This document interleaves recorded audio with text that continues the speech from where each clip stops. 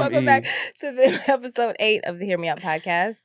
If you are new here, thank you for joining us. Hit the subscribe button, like this video. And if you're back again, thank you for tuning in. I'm City. I'm here with my beautiful co-host. I'm E. It's paper mache today. Yes. I like that name. It was very clever. It was very clever. I like that. Mache's the real name. Let's get into it. Yes. I like that. Thank you very much. Okay, so you posed a question. You said we didn't talk about Remy and Pap. And I wanted to because I remember when I first told you about this months ago. I did not say that. What did you say? What I said, I was actually dumbfounded. I didn't know. What I did was and they can run the tapes back. I'll make sure the editors put the replay. I went and looked it up. I couldn't find it, and I said I was disgusted with the behavior if it was true. I'm not talking about nothing we talked about on air. I talked to you on the phone. When I told you, and you were like, Remy Ma, no. Why are you lying? Let me tell you. Why are you? What? That's crazy. Really? Yes, really. We didn't talk about that? I told you about that pride. That's what made us talk about it on the show. The first time we talked about this, the first time we talked about this was on the podcast. No, it wasn't. That's what my recollection was. That's what my recollection. Comb it out. Well, I think that I don't like what they're doing. Can we unpack? Can we just step by step? Sure. Yeah, so let's first and foremost, okay, let's give it up to Papoose for hanging in there when she was in jail. For sure. Okay, number one. For sure. Absolutely. Every day she said he would come see her. Every day. And it's very interesting that, For the man. She came out, and when I tell you she got snatched, like Remy, really quick. Remy glowed up. That's a good glow up, too. That was a good glow up. Didn't I say that? I believe so. Yeah, I did say that. I was like, that's how the conversation came up, and it's so crazy. That's not how the conversation came up. Okay. No, it's not. But so then the conversation was over the phone, or was it on the podcast? It was not. The first time that came up, if you watch the last the episode where we're talking about, I actually asked him, I remember y'all talking about who do you think had the best glow up? Oh, okay. And he said Gucci Mane. Right. And I said, who's the runner up? And then he was thinking.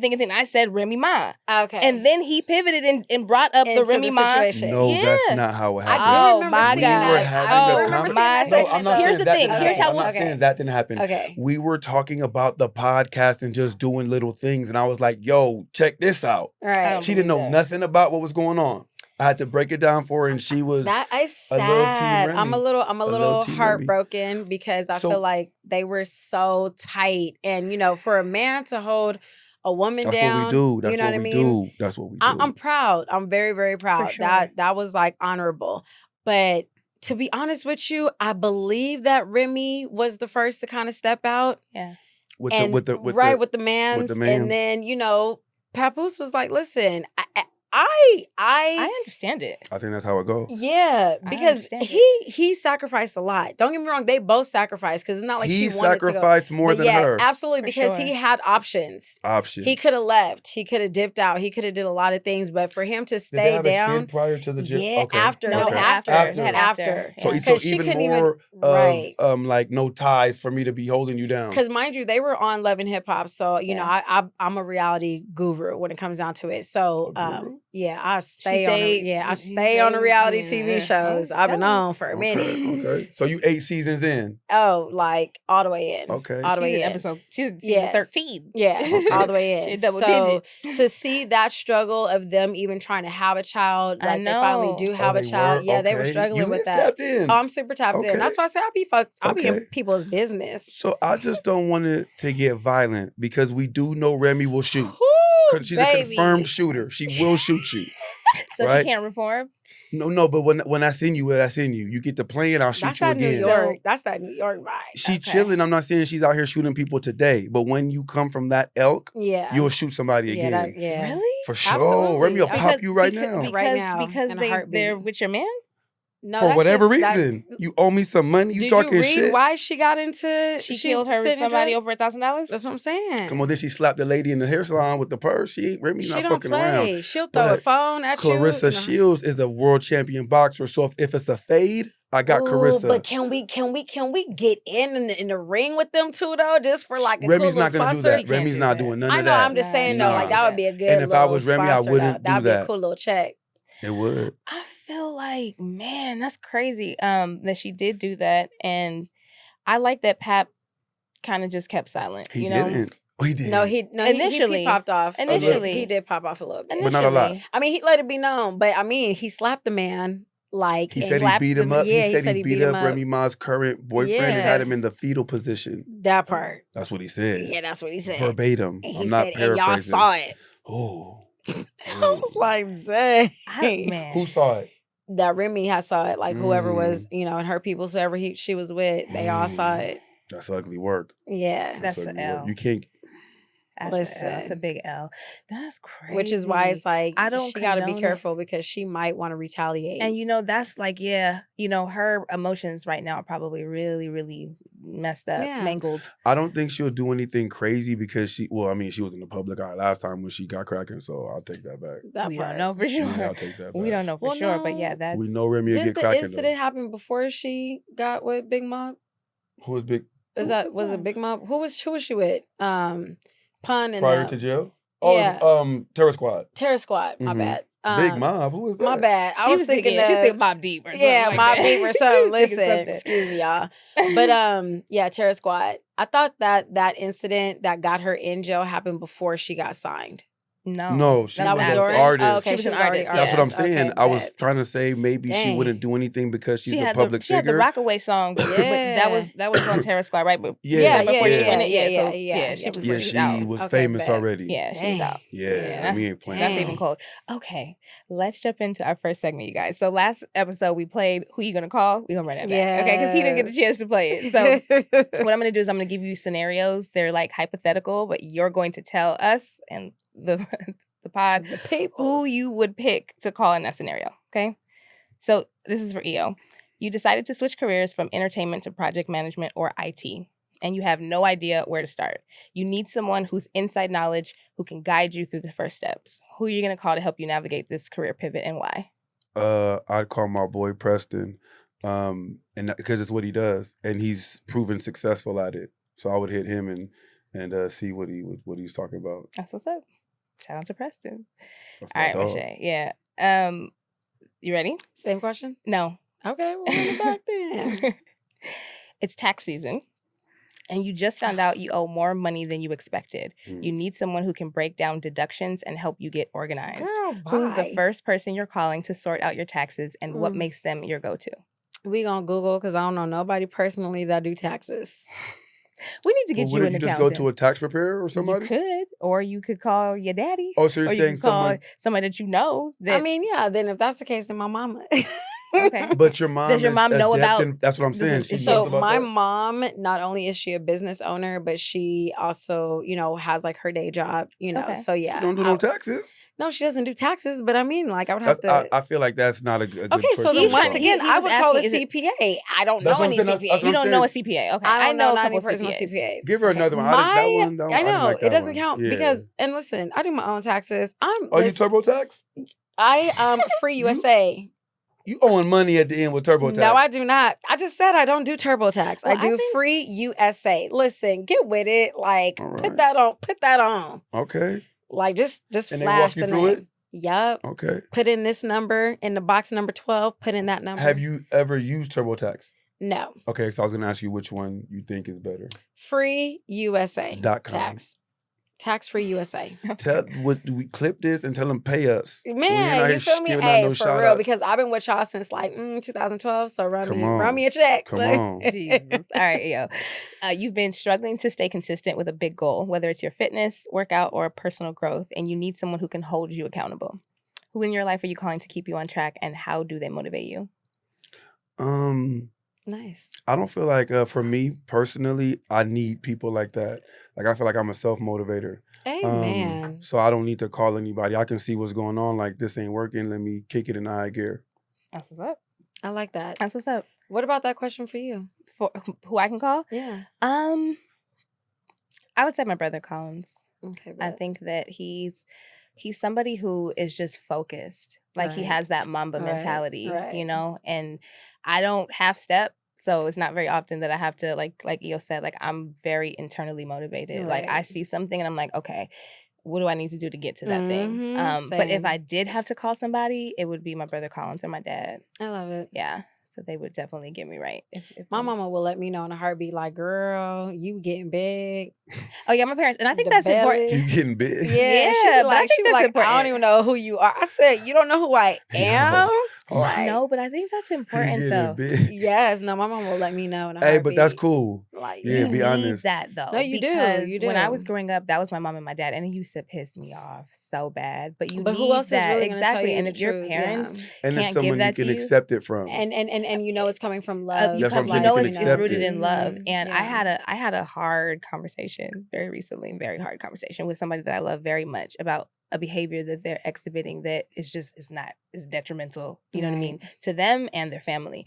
And it's never easy to like tell somebody that, you know, but I think if you love somebody, you got to find the words and the way to do it, because if it affects them, it affects you. You know? That's crazy, because when I went to church today, that was literally like our message. Wow, so that's right, a reinforcement. Because that's what Jesus did. Yeah. When so he that's preached. a sign for you. That's coming a sign. Up. Yeah. Something gonna happen. You have to, you know, hold people accountable. Like if you love someone and you genuinely care for just like their soul. Mm-hmm. Hey, you know what? Did you know that what you're doing is not in a good light? Yeah. You know what I mean? It's up to you if you want to change it or not, but it's my job as a Christian to at least let you know. Right. And then, you know, just put it out there. You don't have to, exactly. You know, like force somebody to change or, you know, like I hold people's feet to the fire, but I'm going to give it to you and you have the ability to do something with it or not do something with it. I mean, that's all that matters. No sweat off my back. But yeah, you wanted to say something? I was going to ask, right? I feel like, and not you, do you, in your experience with people who say they're Christian, do you feel like they're closer to God or further from God? And I mean, like, okay, so I'll say, like, I know people who, like, go to church 4 times a week, and I don't see nothing godly in you. I think a part of it, and I think that's what you were talking about last episode. Well, anyways, I don't think that at all. I think it's like, you know, it's like a practice that people might have or a routine that they get into. It doesn't necessarily mean that they're closer to God. But very, very, very, very true. But if you're in there all the time, I understand that. But can I say one more thing? Yeah. And this made sense to me. I know Muslims, and I would ask them, why do you pray 5 times a day? Mm-hmm. And he said to me, because the more times you're praying, the more times God is on your mind for you to be walking in the right path. So every day, even when I'm not praying, I think about God. He is the backbone to my decisions and to my thoughts and how I move.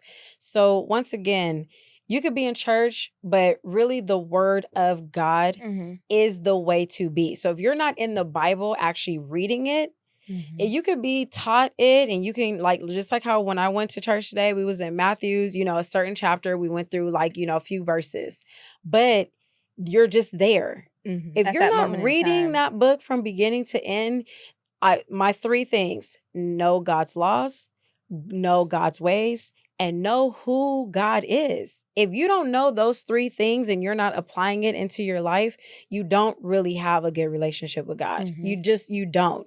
And the only way for you to get to know God is to read his words. That is the Holy Bible. Yeah. Old Testament and New Testament. Right. That makes sense. And then the fruit. People, we're all seeds. We're all plants. And our fruits show who you are. If you are a bad plant, you produce bad fruit. If you are a good plant, you produce good fruit. Yeah. So that's just pretty much how that is. So you can tell absolutely if a person is really genuinely and I think that resonates. I think you feel it. Like there's just certain people I meet or I talk to, I'm around, and I just get a good energy around them, you know? And so I think the same thing applies in knowing God. When you know him, you have a relationship, you've consecrated that relationship, you spent time in his word. And from that, the relationship grows. Yeah, and you know? and I even gotta run back. I gotta run back the 10 Commandments sometime. Like, okay, just to make sure you ain't right. Forgot, right? Make sure I ain't messing up. Like, okay, wait, don't use your name in vain. Okay, bet. Like, okay, don't lie. Bet. Don't still. Bet. Like, and I think over time those things. I mean, you know, like people know good and still decide to do wrong. But I think the golden rule is kind of like if everybody could just live the golden rule at its simplest form. Maybe you don't know God, others the way maybe how you don't know all treated. the principles in the book, but if you just treat people the way you would want to be treated, the world would be such a better place. So much a better place. If you see a homeless person in the street, if you see someone that is in need, that is one thing God loves. Well, I'll be blessing them, so come on. Right. People that will help widows, fatherless, everybody. Give out that helping hand. Don't feel like you're too good to sit with, because that's what Jesus did. He sat with people who were sinners so he can transform them. Do the sinners only have to be people who are without money or without food? Can it be in any form? Yeah, any form, because we all sin. Yeah, we all sin. And if you see me falling short, especially because like, okay, I know Michelle says she don't smoke, she doesn't, curse, she doesn't do this. Like, pull me out on it. Like, that's what you should be. For sure. And I think, that's like the social contract of like being a good friend. And that's why I genuinely, outside of anybody else in my life, I just want to be a good person. Like day in and day out, I actually take joy and pride in just being a good person to everybody. Like, and so when I see people do certain things, like I'll go out of my way when I don't have to for people. Yeah. And I don't necessarily get that back in return, but I take joy in doing it. It gets exhausting sometimes, I won't lie, but I think that kind of thing that you're saying, I want to hold my friends accountable, and I want them to hold me accountable too. Because if we only have a finite period of time in life here, and I'm saying I want this, but I'm doing this, and you're my friend and you kick it with me, what does it say about you where you know what I want, but you won't tell me when I'm not doing what I said I wanted? Exactly. You know what I mean? Absolutely. Like, you know what I'm saying? No, we have to. Yeah. That's the beauty in a true friendship, for real. Yeah, for sure. All right. You want another one? You didn't like that one, the tax one. Yeah, the tax one was okay.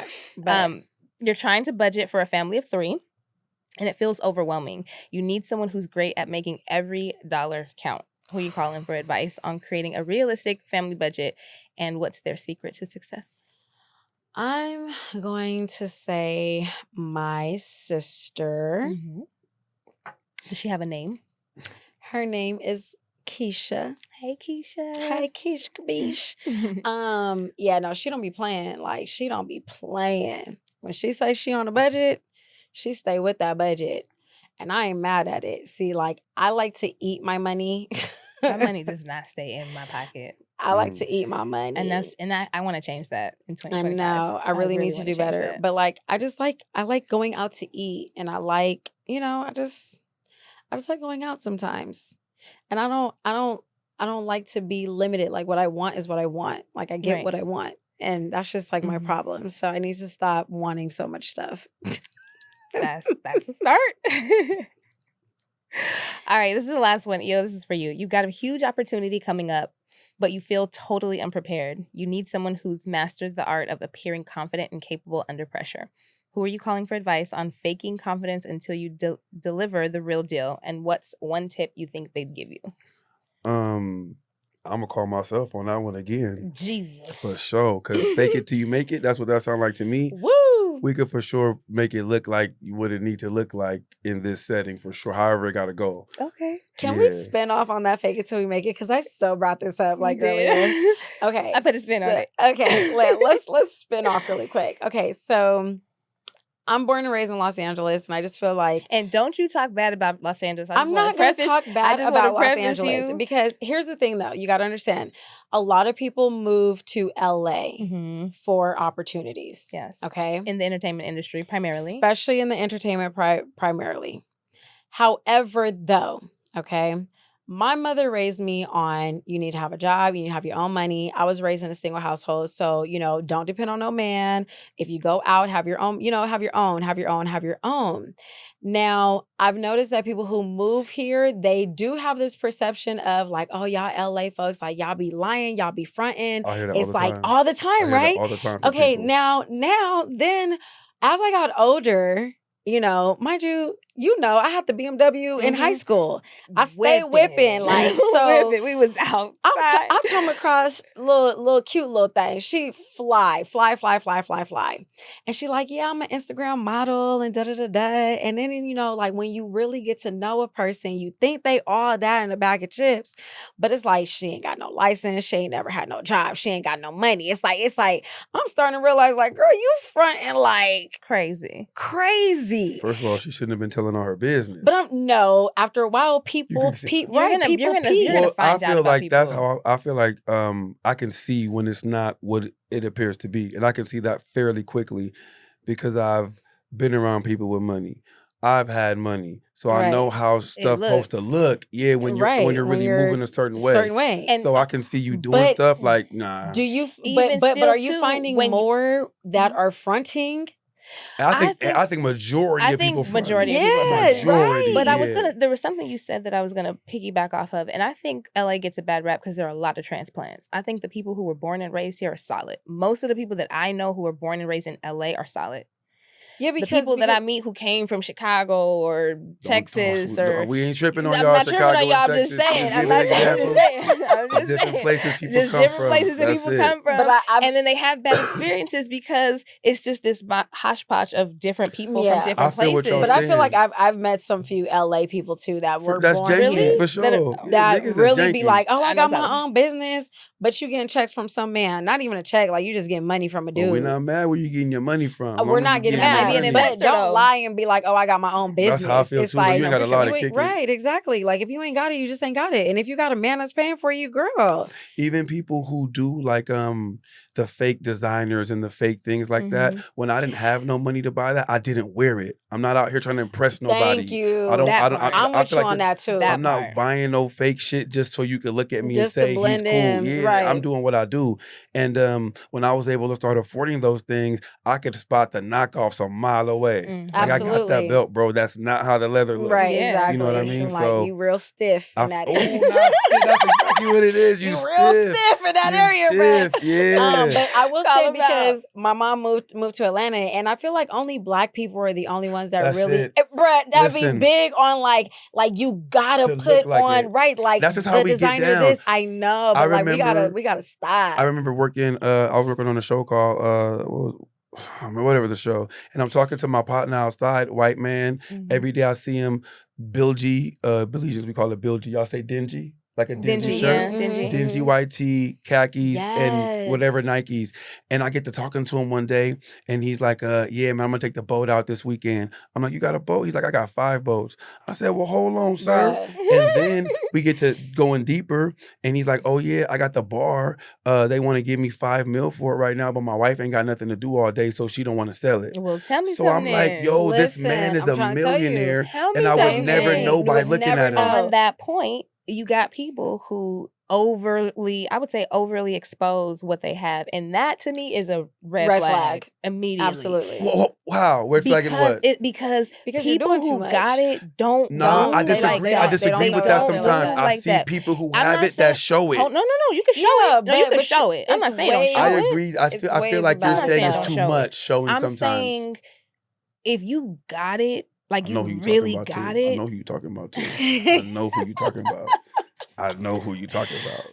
We ain't gonna say no names. Not tonight. If you really say no names. But I feel I know who you talking about, and I feel in that situation, that person got it.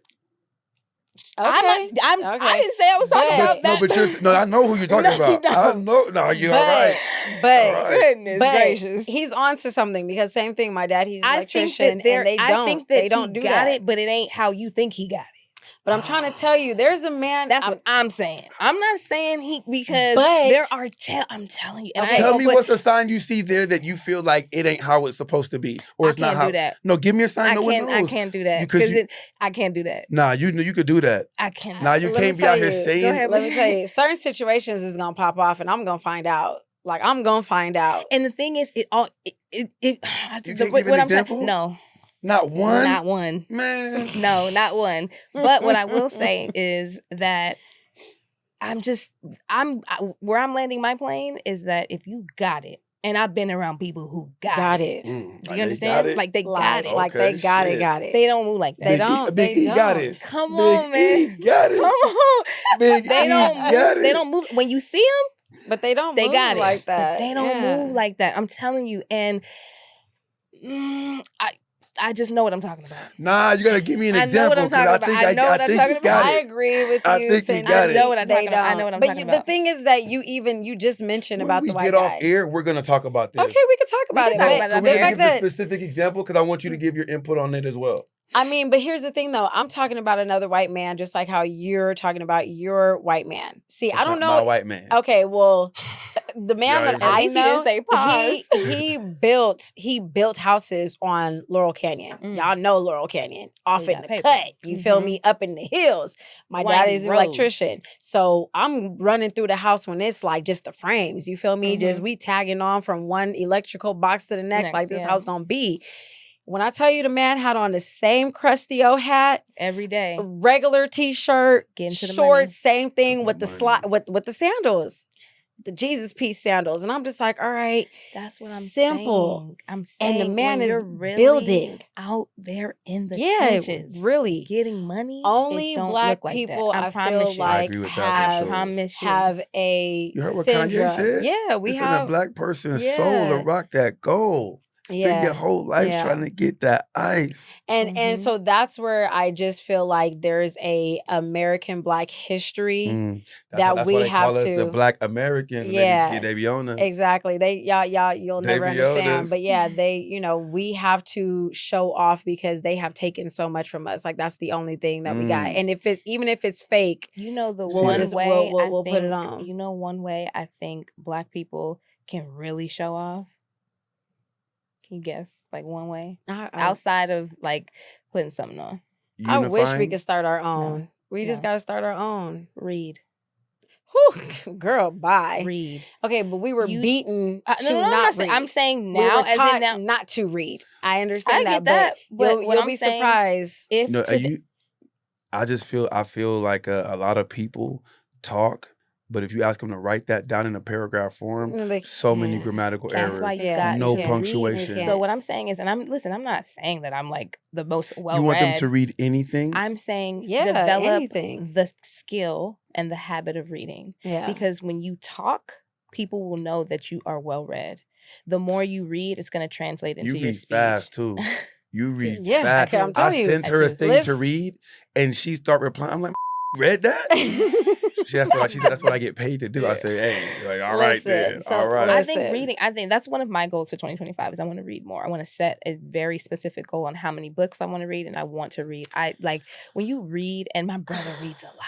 Yeah. And when I get to hearing him talk, I'm like, bro, your mind is so beautiful. Yeah. I love a man with a beautiful mind. I'm not a reader. Is it? Add 2 zeros to it.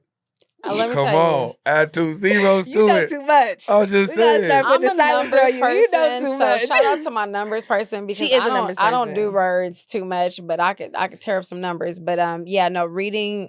So I had to get into it because it was a struggle. You can read anything. Yeah, you can read anything. Listen, I read the whole Bible. Some people would say like, don't read fiction, read a self-help book that can help you do something. But you're just like read anything. Just read anything because you need to get familiar with words. You need to get familiar with how they're spelled. Once you know how they are spelled, then you can pronounce them properly. That's grade school stuff. I understand that, but teaching us that. They're not teaching, or they're not implementing it. They're not making sure. And I think that's another one of my goals for 2025. I really want to spend time with my sons every day, consistently on that Hooked on Phonics. 30 minutes before bed, he already know. Grab the book, put that iPad down. Every day. I tell James I have like 101 Bible stories. He's been reading it every night. Hey, you remember that little golden book they used to give out? The gold book that had all the Bible stories for kids? Yes, I know exactly what you're talking about. Yeah. I don't remember that. No? I believe it was Jehovah's Witnesses that passed it out, right?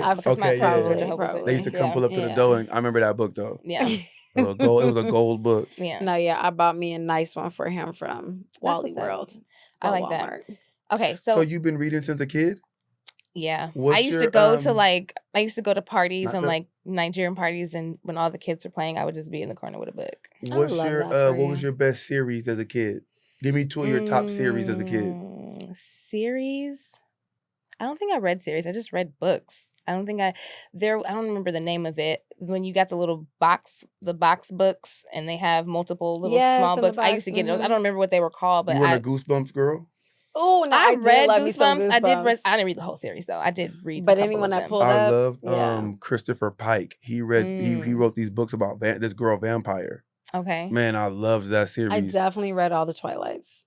I didn't really get into Twilight. I like the Hardy Boys, the brother detectives.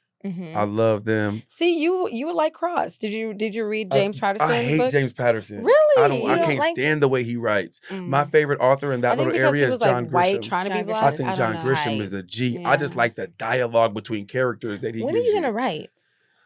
Hey, she told me you was talented. You see how I really be trying to put on for him, and he don't. She told me you was talented. People always be trying to push stuff to the next year. We said it's 2025. I am. I heard your pensmanship was on. You see how many times she said that just now? I want to know. Do you know how many times we're gonna actually count? How many times she just said that? No. That's how hard I be going for you in your writing, and you man on numerous occasions. I definitely two things have been on my mind like lately.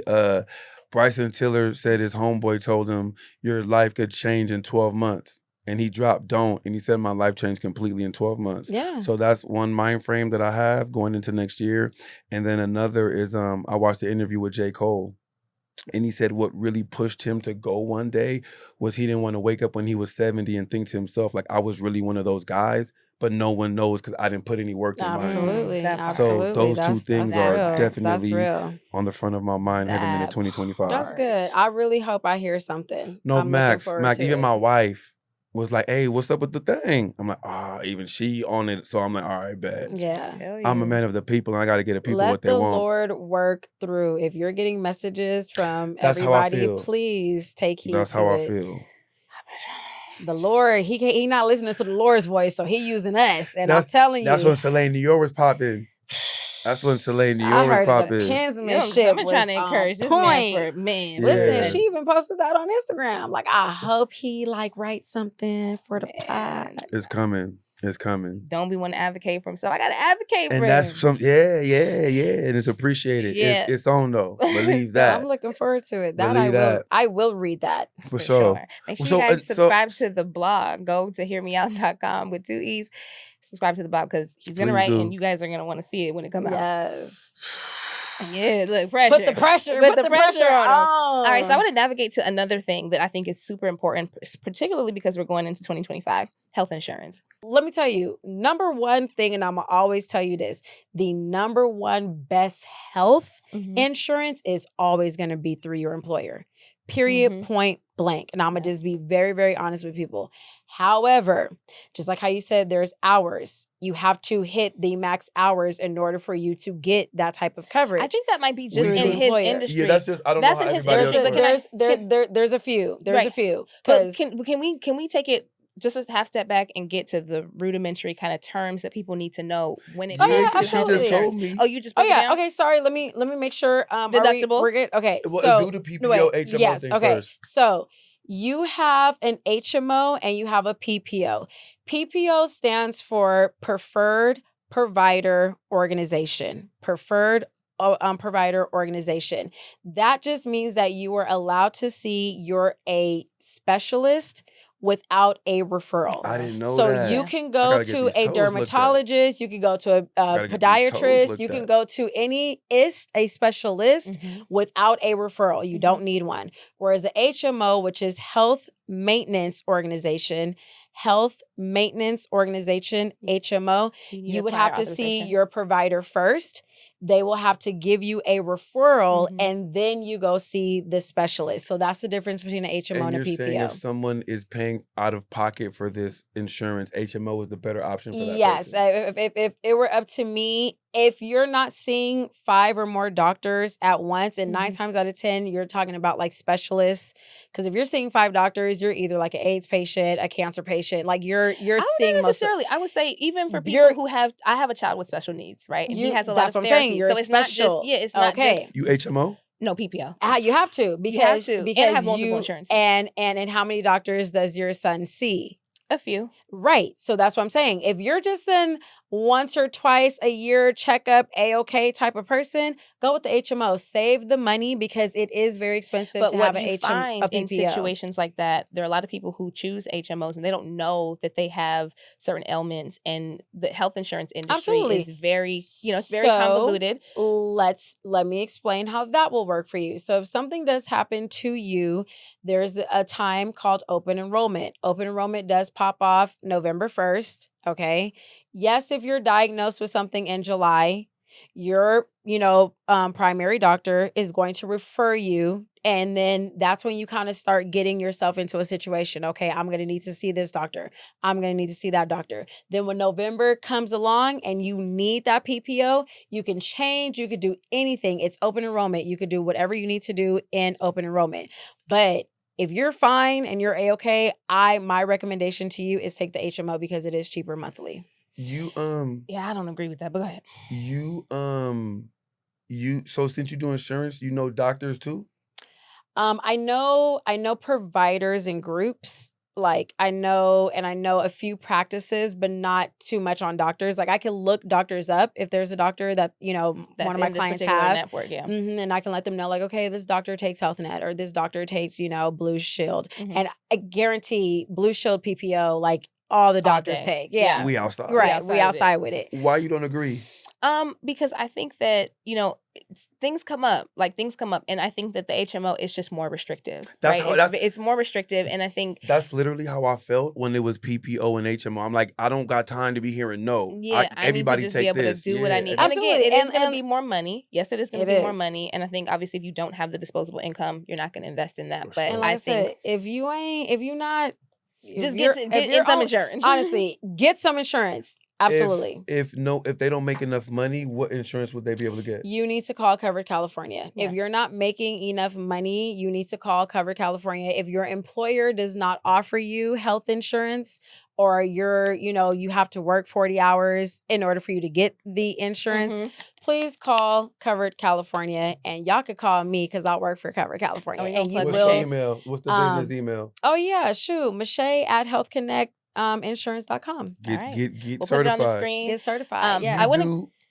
You do because can we also talk about Wait, can I get some terms though? Because there's some things that I want people to actually pay attention to. Oh yeah, go ahead. I know that in the health insurance kind of stratosphere, we have words like deductible, copayment, yes, absolutely. out of pocket. If they don't know that, man. I didn't know it. We need to break this down. We need to break this down. So can I just before you go ahead. You didn't know what? I didn't know how the deductible and the co-insurance, and how it all works together as it relates to your insurance plan. Right. Some people just sign up for insurance and they have no clue what's going on. Let me tell you. And people applaud me because I'm very thorough. I'm very informative when it comes down to this type of stuff because this is not your everyday talk. And I'm happy that we're having this segment right now. So can you start with what a deductible is? Please? Yeah, no, we're first going to start with the plans. You have your bronze, your silver, your gold, and your platinum, okay?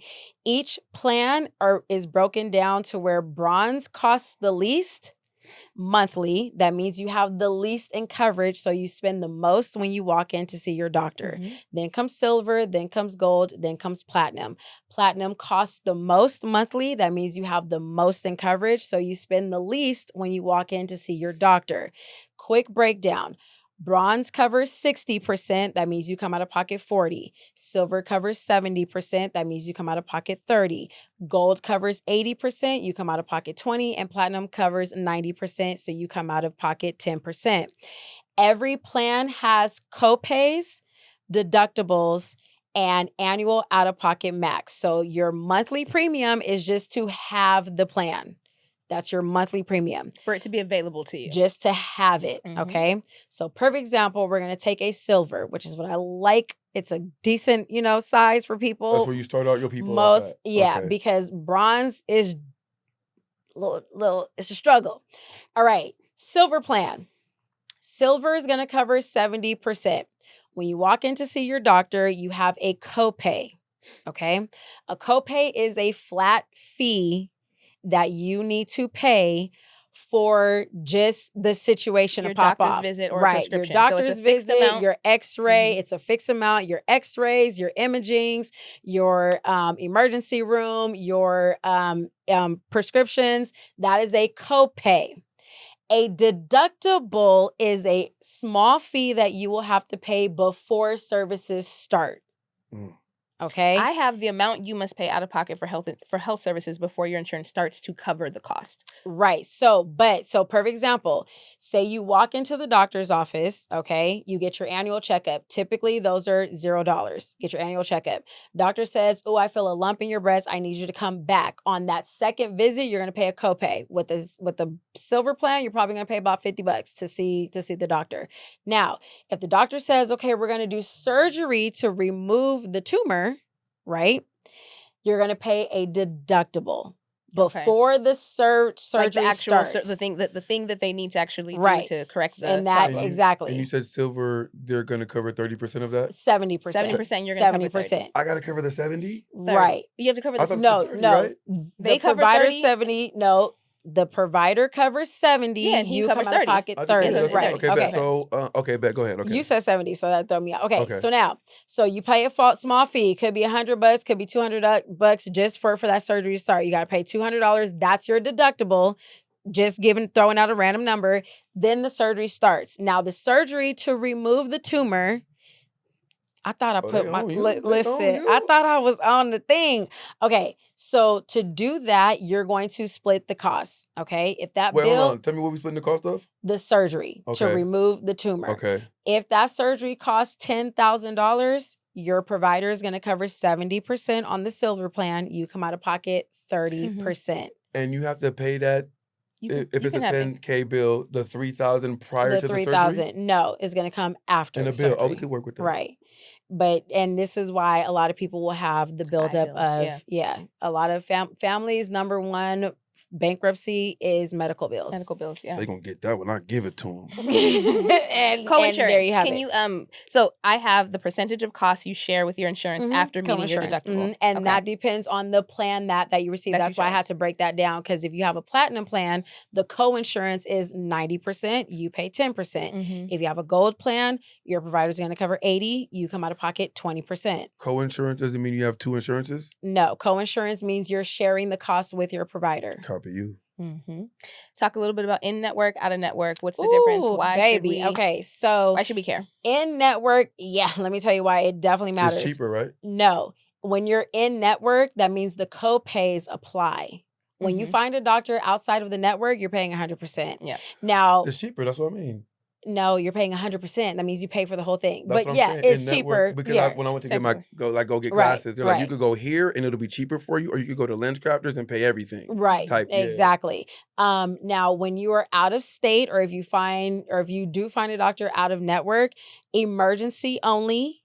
Okay, emergency, transportation, and just an emergency, the co-pays will apply out of network. But if you're just going there just to get your annual checkup, you're going to be paying 100%. Yeah. So, sorry, I got two phones. I apologize, y'all. It's okay. All right. Yes, go ahead. Okay, I heard there was an insurance, right? Where it's not health though, or I don't know what, but life? They say life. So they say you can pay into it for 18 years and then take the money out if you want. Yeah.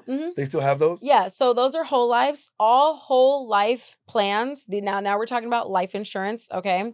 All whole life plans have a cash value.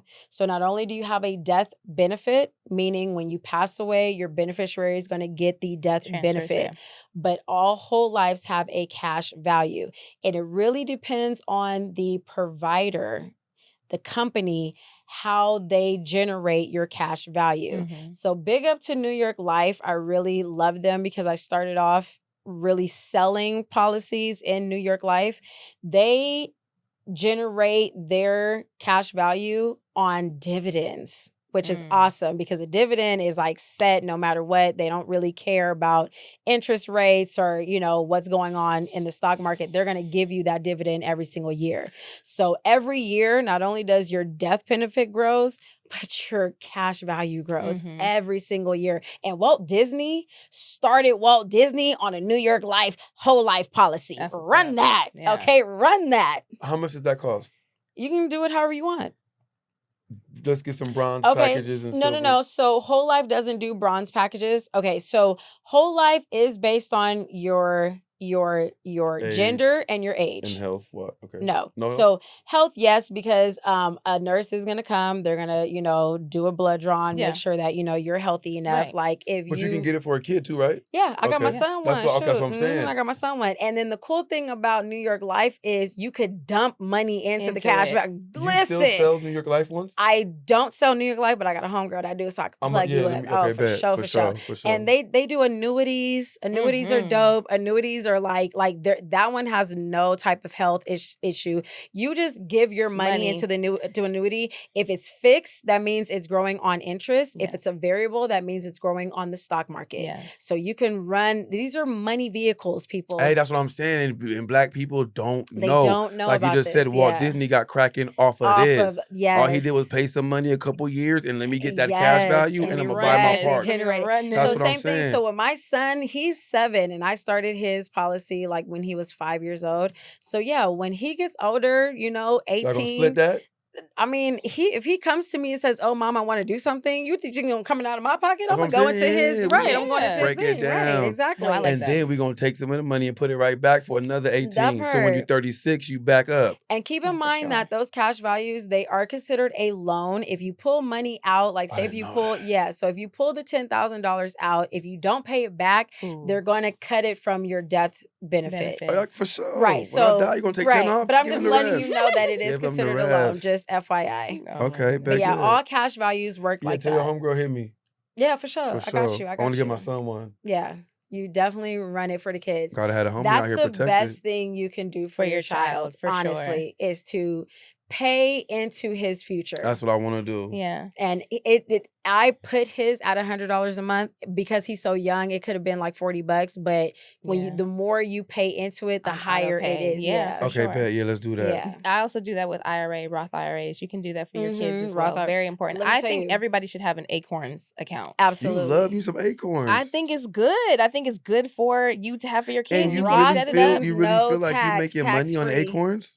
I mean, I'm not looking at it every day. Whatever it makes, it makes. It's the one where you swipe your debit card and they round up to the nearest dollar. That's a part of it, but I have money that just goes in. Okay, that's why. Okay, because I'm like, that's what she be excited about. They swipe your credit. So, okay, you doing something else in there. Yeah, there's a lot of different things within Acorn. They have like Acorn Grow.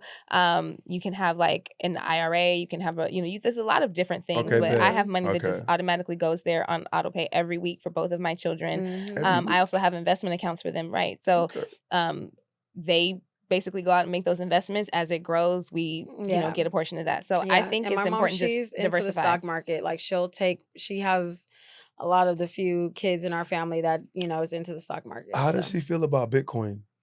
No, she doesn't really. See, that's how I be feeling. Well, see, it's too new. That's how I feel. I don't know what y'all doing with this. You when it comes down to investing, you really want to watch a portfolio before you just dump money into it. Honestly, but you're not getting into Bitcoin and I ain't got no money to take no L. Yeah, that part. And this is why I say, like, if you got it like that, you got, $10,000 to drop in and you don't care if it's lost or not, then be it. Yeah, no risk, no reward. But I think that's definitely no cuts, no glory. But I think definitely you're not getting into Bitcoin right now if you are not stabilized. People tell you today, if you ain't in it, get in it. Yeah, I know, but Bitcoin right now is running how much? 100K? Yeah, you got 100K to give Bitcoin? I ain't got 100K to give nobody. Exactly. So that's what I'm saying. If you ain't stabilized, you're not about to give So you're saying that right now. Rather than, so you're saying because you can't pour from an empty cup. But look, I feel like a lot of people have that mentality, right? And I feel like other people say you shouldn't have that. You said if you don't have the 100 to get in, don't mess with it at all. How would you get in if you don't? You can't buy a piece of it. You can't buy a piece. Yeah, you can't buy $100 worth and build your coin up. 100,000. No, so I don't know. So you can't You're buy meaning, okay, you're pieces saying of take Bitcoin? like you want to buy a fraction of the Yeah, whole. and I'm gonna build yeah, you it could up. do that. You could do that. So you could certainly do that. bet. I mean, you know, I if think you that's can, I thought right? it's only one share. But right? even no, I with- think you can. I think you can. So I think it's broken down. It's like fractional. I don't know the word, Yeah, I think but it's like buy you can. pieces of it let me until tell you build you, up a whole coin. Yeah, I but tried it's to gonna be take. a long time to build up. I Yeah. tried to take my coin. SIE test. Mhm. Okay, and that was like the hardest test. What does SIE stand for? It's like securities. It's pretty much all the stocks. Like it's SIE. Yeah. Look that up because it's so long ago. That is not an easy thing, and I learned about Securities Industry Essentials exam. There you go. Okay.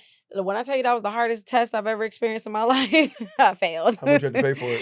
I don't even remember. No, because New York Life paid for it, so Okay. I didn't. Yeah, companies will pay for that for you. So Yeah. So listen, something so, hold that on, I one learned second, about. 1 second, for people who may want to know what a securities essential or securities industry essentials practice exam is, a test that helps individuals prepare for the Financial Industry Regulatory Authority, the Right.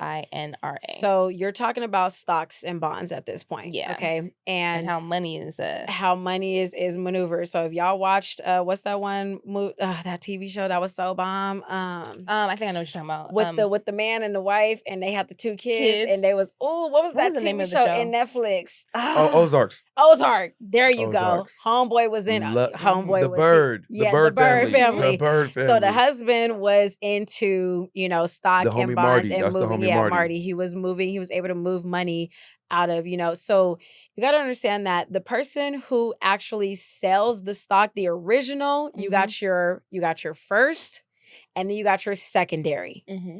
The first sale is the biggest sale. Mm-hmm. The secondary is when all us little people get into the little bits and pieces of it. Yeah. You're not really making like it. You really you're gonna just, you're gonna. You I mean, gotta for really Bitcoin do your research, right now. right? You That's getting in what I'm right now. saying. It's kind of late. You know what I mean? That part. You might want to look at a different coin that may also have potential that you can get in on that's a little bit cheaper. But I think that's an industry that you have to be in. You have to study. That's you how have I to feel. know. I don't know really nothing care. about You it. really I'm not gotta- putting. yeah. Yeah. You can't do it on And the I periphery. still don't know. I don't think you can do it on the periphery. And I don't want to know. That's I'm a gonna lot. let y'all have that. Let them Let me have tell that. you. No, but I think you can't do it on the periphery. It's something you have to be all in for or not at all. And again, it is new. There's no regulatory body for it right now. So That's how it's a little bit of gamble. But it's like Britain. if I were you Yes. guys, honestly, I would really look into like, if you're gonna do anything with stocks, like look into, medical private equity. equipment. I would say if you want to, go work at a private equity firm and start learning about just how businesses generate Robin money. Boy, was it Robin Hood? Robin Hood. I think there's that's like a quick trade, like where you can do quick trades, but really do your research before you start getting into it. Because let me tell you, people can make a lot of money. You just got to really make sure you know the portfolio, know the product that you're getting into. Well, that's what I'm saying. Like it has to be something that you're willing to do. Yeah, it's not because a young man got into Nike, and it's like Nike's is this is you're not going anywhere with that. I had a homie get in on the GameStop thing before it went crazy. Yes, he retired and moved to North Carolina. Yes, how old is he? Brian is 27. That's what I'm saying. 28. It's always them. Like he at work every day. He works. I mean, not allowing my boy get to it, but he on them stocks. Yeah, let me see who doing stocks what. Is where it's go. His house, 3 screens. What y'all doing? Mm-hmm. If you know, if you know. But if you don't know, then I don't. And know how you're and he, like you say, that you can make so much money because he'll do stuff where he'll buy something at 6 a.m. and then sell it at 2 p.m. Yeah, that's what I say. Right, exactly. Those are quick trades. You have other things where you want to sit in it. Right, you got to hold it long. Oh, I can't be playing with my money like you that. Want it to be. Yeah, no. But if I need my money, I need to see it secure. You gonna give me a heart attack? That's what I'm saying. Like before I get into stocks, I rather do the Roth IRAs and things that I know Absolutely. are gonna. And I'll sit here and wait. And I'm not tripping. and those are little investments you can make over time while you're still going out doing your thing, grinding. That's why it out. I love the dividend, because for at least for New York Life, they have not missed a dividend for over 169 years. Because they making money. Right, because they get money. When I tell you, homegirl hit me. Listen, New York Life saved banks in like 2008 when the market crashed. New York Life when I was like, I don't know, maybe early 20s. We finna be friends, New York Life. New York Life run it. I love y'all. Well, I want to pivot just a little bit because we talked about this earlier. Career opportunities in 2025. You brought up the concept of breaking down the different jobs that you can go into: hourly, salary, commission, and some of the most undervalued jobs out there. So let's talk about that a little bit. Give me some hourly jobs that you think, if somebody's just getting started, they don't know what they want to do yet, they're kind of just figuring it out, where would you point them? Where would they start? Oh, for me, if you're talking about like fresh out of high school, we're trying to get some work type stuff. Cool I would tell you, I'm speaking to the men. I would tell you, if you're fresh out of high school and shit and you don't know what you want to do, go get a trade. Go be a plumber. Amen. Go be an electrician. You'll be able to you'll be able to learn a craft, right? And what you can do is you can go work for the city and make your little hourly wage. Then when the homegirl need her house lit up, you got that too for the $1,500. Yes. You know what skilled trades. That's a side now hustle, you get now you get your business going and you got the homies running around for you. My uncle is an electrician. When I tell you he paid. My dad is an electrician. Ain't went to nobody's school. And can we tell you that's starting off with like welding? Welding would be probably like your first, and then run that electrical.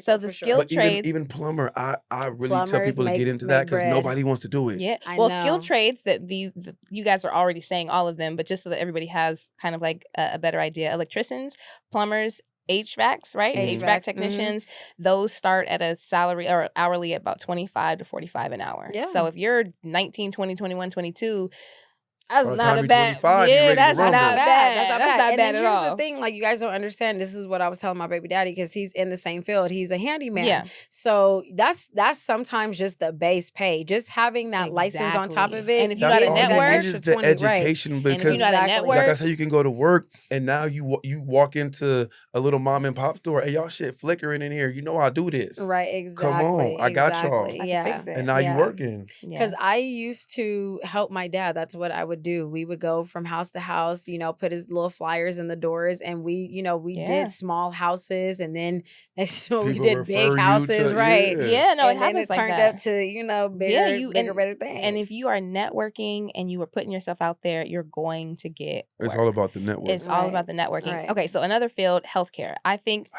if you have a desire to get into the healthcare industry, you can start off go get some as money. A phlebotomist, dental assistants, medical assistants.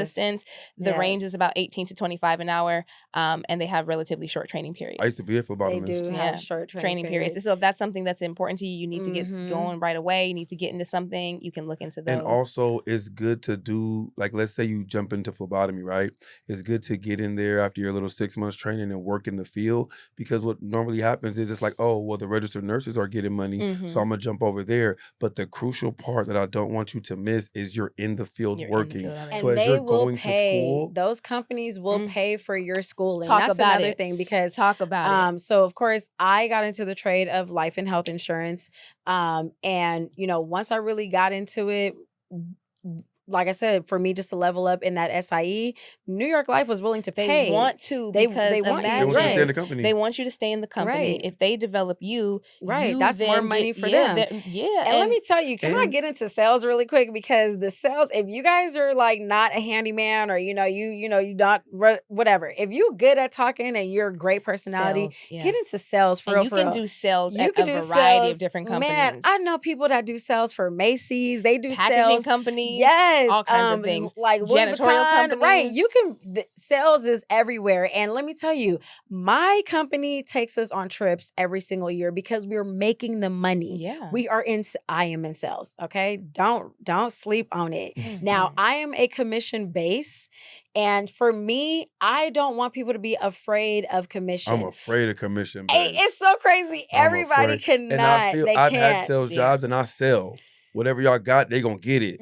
Because like you said, I know how to talk to people. Though. That's why I don't like commission. That's too much pressure. Because I don't sell nothing, and I could have a bad month. And you're going to have a bad month every now and then. You're going to have a bad month every day. But let me tell you. You're going to have a bad month every now and again. Maybe 2 in a row. I'm just saying. It is crazy. Listen. Then the house is upside down. Don't listen. Then the house is upside down. Don't listen to them. It is cold on the couch. Don't get me wrong. Like, my company does give us like a base pay. We have like a base pay. And then, like I said, I get commission on dental, I get commission on the health sales, and I get commission on Colonial Pen. I sell Colonial Pen, and I do. You like that company as far as how they do business? I love my company. Let me tell you, I love my company. Colonial Pen.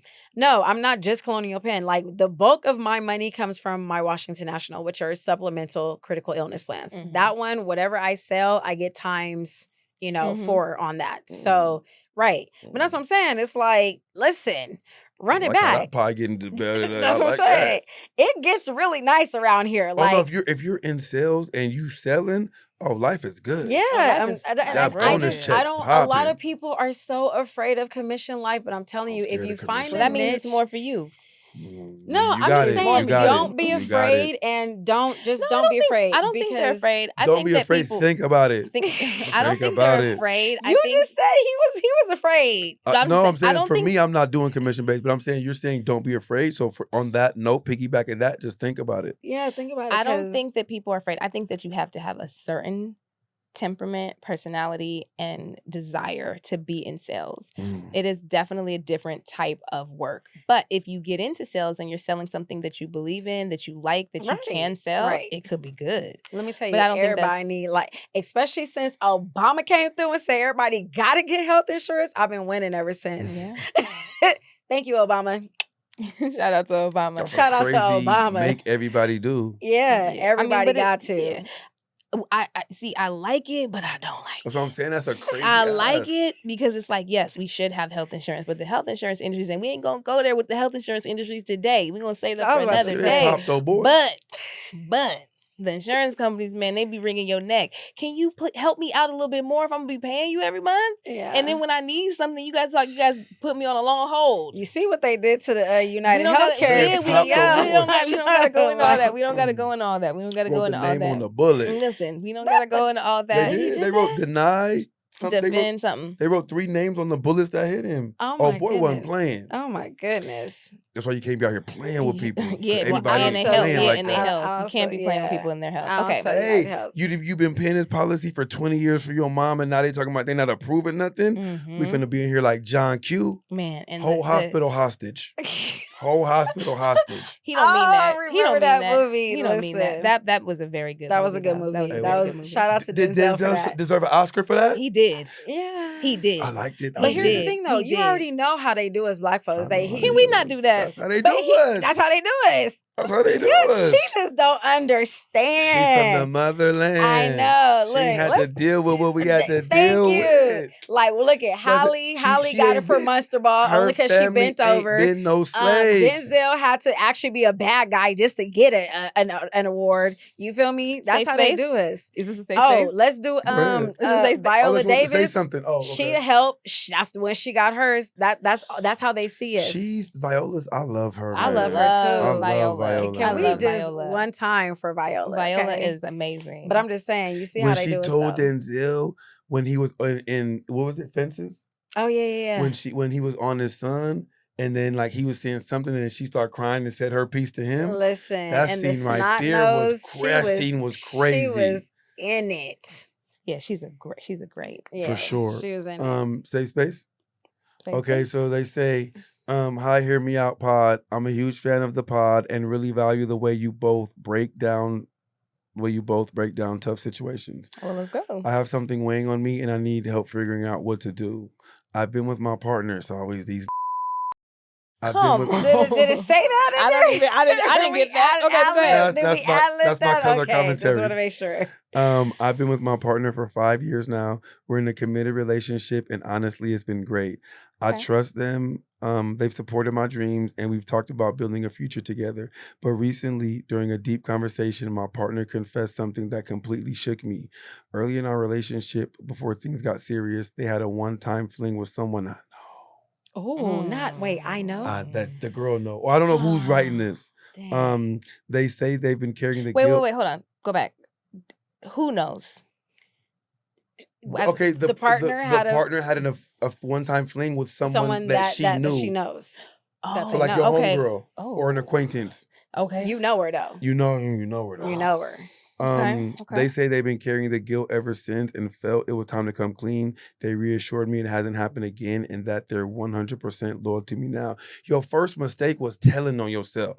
Let's get into this. Hold on, it ain't done. Oh, okay. The thing is, I don't know how to feel. On one hand, it was before we were really serious, so maybe I should let it go. On the other hand, it's someone I know, and the fact that they kept it from me all these years feels like a betrayal. I'm stuck. Do I forgive them and try to move forward, or does this change everything? And if I do forgive them, how do I rebuild the trust I feel I've lost? Before we even go, let me say that. If you let me hit you with the safe space at Hear Me Out with 2 E's. I'll put it on the screen. Come on. I just wanted to get that off so everybody else can know where to send their stuff. So it is a safe space at hearmeout.com. We'll put it on the screen. Bet. Okay. Go ahead. Me first? Yes. Go ahead. So let me see. It. So I'm assuming, I'm going to say it's the guy and the girl is the one who wrote in and it was her homegirl that got plugged. To me, for me, everything, context and details matter. How well do you know this person that he had sex with? That's a good How question. many times do you see this person? Are y'all hanging out with this person and you're Instead gonna have of to see this person? fling. No, but does she know this person? Oh, like is intimately. Is it a homegirl that we all be hanging out together, multiple? Right. Is it going to be weird? You know what I'm saying? And then, yeah, I do agree that it was early on. And she seems to say it was. I kind of gave him some grace about that. Maybe they weren't as serious. So my thing is, how close are you and the person? Are you going to be seeing this person frequently? Who all knows? I think that's real critical when you're dealing with cheating. It ain't even. First of all, it's not cheating because they weren't together. They were talking. No, they weren't. That's not what it said. Is that what it said? Is that what you heard? Relationship. No, she said that before they got together, it was a one-time fling. They're in a relationship now, but he messed around with the girl before they got into together. Relationship. Yeah. However, before things got serious early in our relationship. Right. He messed around. So they were talking, dating. With the girl. Right. Yeah, that's different. Okay. I wanna. Okay. Hear me out on this. Come on. And she wants to know, can she forgive everybody? Absolutely. So here's the thing. Hear me out, okay? That's a choice that you have to be willing to make. And the thing is that if you are going to move forward with your man, you got to stand on that and really let it go. I think a lot of people want to move forward, but they holding on to the baggage. How are you going to move on? Just if you're going to do it, when we do the clip back, run. I'm like just saying, if you're going to do run it back in the beginning, run that back twice. So now we had a very interesting conversation the other night. Mm-hmm. And who was we? I didn't have what happened. Well, I'm not talking to you. Oh, me and you? We and put it all together. Me and you. We had a really. See, she be acting like she don't know what y'all be talking about on the phone. Okay, hold on. Let me get it off. Because I didn't get it off. Okay. Let me get it off. You said something to me that really like fired it all. What'd she say? She said that I'm not going to hold you accountable anymore. She's talking about her partner. She did what she needed to do for herself. Cindy. You talking about Ike? Hey! Come on, I'm just trying to see. I need what to know, other relationship is she in? That's crazy. I didn't see said that. She said all that other extra stuff. But bottom line is that you have to you under attack right now. That is hold on. It's not. What I'm trying to say is that do what you need to do for yourself, not for your partner. You see what I'm saying? Like, whatever you need to do to get yourself in that headspace, especially if you're going to stay. Number one, if you're going to stay, figure out something. I don't know what it's going to be for you to get over it and move forward. But if you're going to move forward with this person, you got to let it go. You have to forgive and you have to move on. Now, if you're like, no, I really can't get with this. It's like, it's in my mind and I just can't let it go. Then let it go. Because don't nobody want to deal with that. Your partner don't want to deal with that either. Trust me when I tell you. If you gonna forgive and forget. For real. Because that is unhealthy. Thank you. No, round of applause. I feel like he's dealt with this intimately. Why you gotta bring this in? That hit home. I mean, when you was clapping, I'm just saying that felt like it struck a chord. Because you have to let it go. You have have to. You cannot to move forward thinking about shit that happened in the past. You cannot. And also, to piggyback on what you just said, I believe that for this young lady, you gotta sever. If you're gonna stay with your man, you have to sever ties with that girl. Everybody got to cut her off because every time you see, every time you see her, you're gonna think about it. Yeah. That is every time she flashes on your gram, that also I agree. It depends on your level of maturity. It don't depend on nothing. No, it doesn't. She got to go. No, it doesn't. She's immediately out of the picture. Can I say something on that? Delete. When there's a fresh cheating, there are love songs about cheating that'll come on the radio. You got to cut that shit off because it brings you back into cheating. Though they were early in the relationship. But they weren't. They had a relationship in some way, shape, or form. Yeah. But bottom line is that, like, okay, if we was hanging out and I had a dude. And then like he messed around with you and you knew we was all talking like and then like a year later now we're like serious and you didn't even come and tell me but he had to listen. So once again, that is like one more thing before I say something. No, go ahead. I believe I've never been a proponent of a man cheating on a girl, right? And then the guy who finds out, you mad at the guy. Right? Mm-hmm. I don't believe that you should be mad at the other party because you should be mad at your person. Mm-hmm. Yeah. Any guy out here, if your girl walk up to him, he's gonna take that. So she this owes is you why that, right? I said that I mean, honestly, it really depends on how close you are with the girl. If that's your friend, if that's your friend, then that's a whole different friend. If that's your friend, gotta have a conversation, right? You get the fade. I don't think that can be your friend though. Okay, if it's your friend after the situation. No, I'm saying it can't be your friend. Maybe they was just in lust. Okay, so we're gonna. You still gotta tell me though. You're gonna have two conversations because, like after I said, the fade. Because you definitely need a conversation with your man, and depending on how close you are with this girl, you're gonna have to have a conversation. You say cut her off completely. I believe in that because every time she comes even after the thing is, we can still have a conversation. But we not. Oh yeah, we not cool like that. I'm not rocking with you like that no more. She can't be around now because if they talking about anything, you looking like what the y'all talking about? Right. No, you cannot get invited to no cookout. You ain't. That's what I'm saying. She can't be around. Yeah, she got to go. That's just that is me. So you could be around her still. No, I probably would not be able to. But like I said, she got to get the fade first with you. But like I said, see, so here's the thing. So no fade. No, I'm gonna be honest with you. If I had a friend like Cindy, I would probably let the dude go. I'm keeping my friendship with my homegirl. Even after she cheated? Listen, because, hold on, wait a minute, time out. So hoes before bros. Because clearly he didn't care about, you know what I'm saying? Like, clearly she didn't either. No, hold up, time out though. But time out. But he's new though. Out of this. No, I didn't do no cheating with nobody. Okay? Yeah, because she's married. I didn't do no cheating with nobody because the way y'all spinning this together right here. If I had a homegirl like you, all these scenarios y'all close. Yeah, because I've known her since high school. Man, listen. So yeah, like I'm sorry, I'm just saying. Listen, okay. So you know, young paper mache. Can I run it back? Yes. When she was whipping in the BMW in high school. In high school. So my dude. Outside. But now hear me out though. Hear me out though. Hold on, hear me out though. Daddy. And he cheated with Cindy. Oh yeah, he gone. But okay. I bet you though, my girl gonna tell me before the dude will. See, I'm not gonna. Listen, first of all, but I'm just saying. I said the girl. I didn't say you. Yeah, I'm just saying my homegirl. Out of this. Okay. If my homegirl was because I feel like if you were talking to the guy. That's immediately it's a no. Limits, yeah. So it's never gonna be a situation where after the fact you already know how we roll. We don't roll like that. We don't roll like that. No. Now, can I just like quick little insight, right? Ooh, my next. We might have to cut that out. Okay, I know somebody. Right. Okay, so yeah, clip that. I know somebody, right? And I have messed around with this dude, and I told her, like, listen.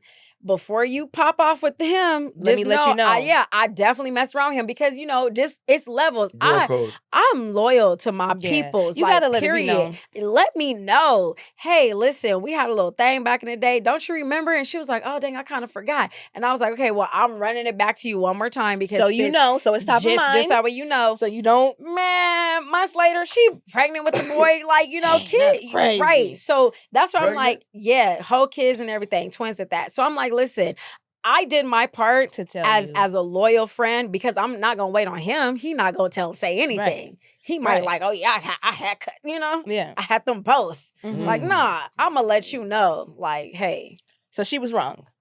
I mean, that's up to y'all. That ain't. No, I'm asking you. Did you feel hurt when you found out? No, because you know what? See, I play men, so he was just a little toy. You play men? He was a toy, anyways. I told her, don't get serious about this dude. Woman of God. So you play men? That was back in my day. Okay, let's make sure we gotta make sure. I'm Apostle Paul, not Saul. Back into my Saul days, we had to be clear because back in my Saul days, I have not messed around with anybody since April. I am. April of this year? April of this year. You asked her that last time. You knew on the journey. But you asked her that last time. You fuck around the backtrack.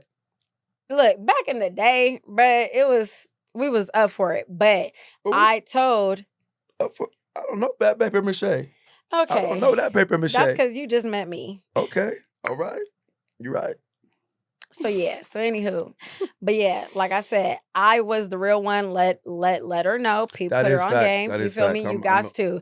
Now, do I feel like she was wrong? Absolutely not. Because he was never my man.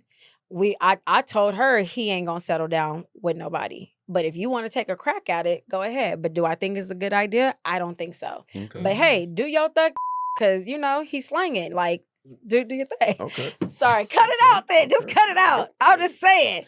Enjoy yourself. No, but then she got But then she got pregnant, and then it's like, here we go. She was enjoying herself. Yeah. It turned into a hot mess. Jesus. So he's in the family now. No, he's in jail.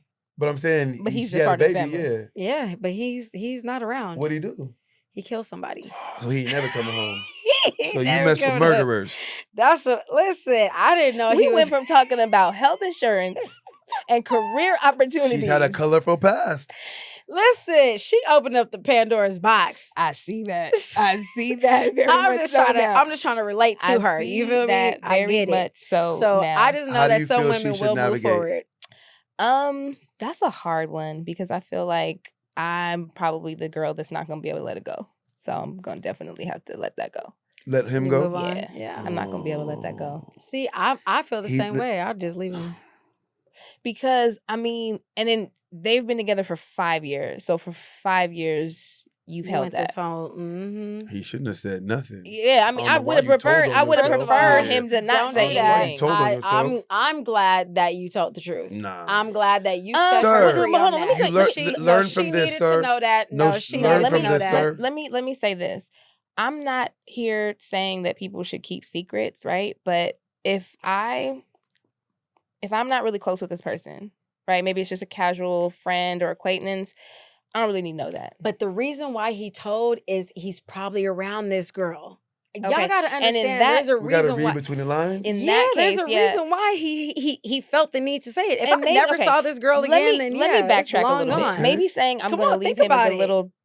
That's a little extreme, right? But that's going to be a hard pill for me to swallow. I'm trying to tell you, if you're around somebody that you messed around with, especially if I'm seeing you regularly, that's what I'm trying to say. Regularly, that's going to be a hard pill to swallow. It could have been a situation where and if we're still just in a relationship, I'm probably gonna have to let that. That's what I'm saying. And there's a reason. That's why he told. Yeah, I'm probably gonna have to let that one go. And yeah. It is what it is at this point. I mean, I'm glad you told the truth, though. Yeah. So for you, you kind of have to decide where you are in that equation that we just either proposed you're here. Going to do it, leave him, and just go on about your business. But if you do stay, you have to forgive and forget. I do agree with that, but that is also very hard to do. It is very hard to do. And I think that there are times that... But that's damaging on a relationship if you don't. No, and I think within reason, I think just for the person who said they were going to let it go and maybe it's not letting it go, the person who's on the receiving end should show a little bit of grace because it's not... There are times when things will happen and those ideas, those memories, those thoughts do creep back up. Yeah, and you do have to talk yourself... Hold on. You do have to talk yourself out of reacting or overreacting every time. But if the person who is moving a certain way is eliciting me to think back about those things, and I think it's equally a part to blame of that person. Because if you want me to forget, you want me to not bring it up. But let me tell you, to be a buzzkill on a date and all of a sudden you reminiscing on some BS. No, I'm not saying. Wait. What I'm saying, that's not what I'm saying. She needs the guy to continue to do things that keep my mind off that. That's what I'm saying. Me and you ain't taking Wait, care hold of on, home. Michelle, hold on. No. No. What I said, and I was clear. if the person is doing things to make me remember those things, that's a problem. If we're hold on, wait. I'm not saying just give me a second. I'm not saying that I'm just gonna be walking around the house and then boom, I think about whatever the thing is that you did and now I'm mad. No. Usually that comes up if the pattern of behavior continues.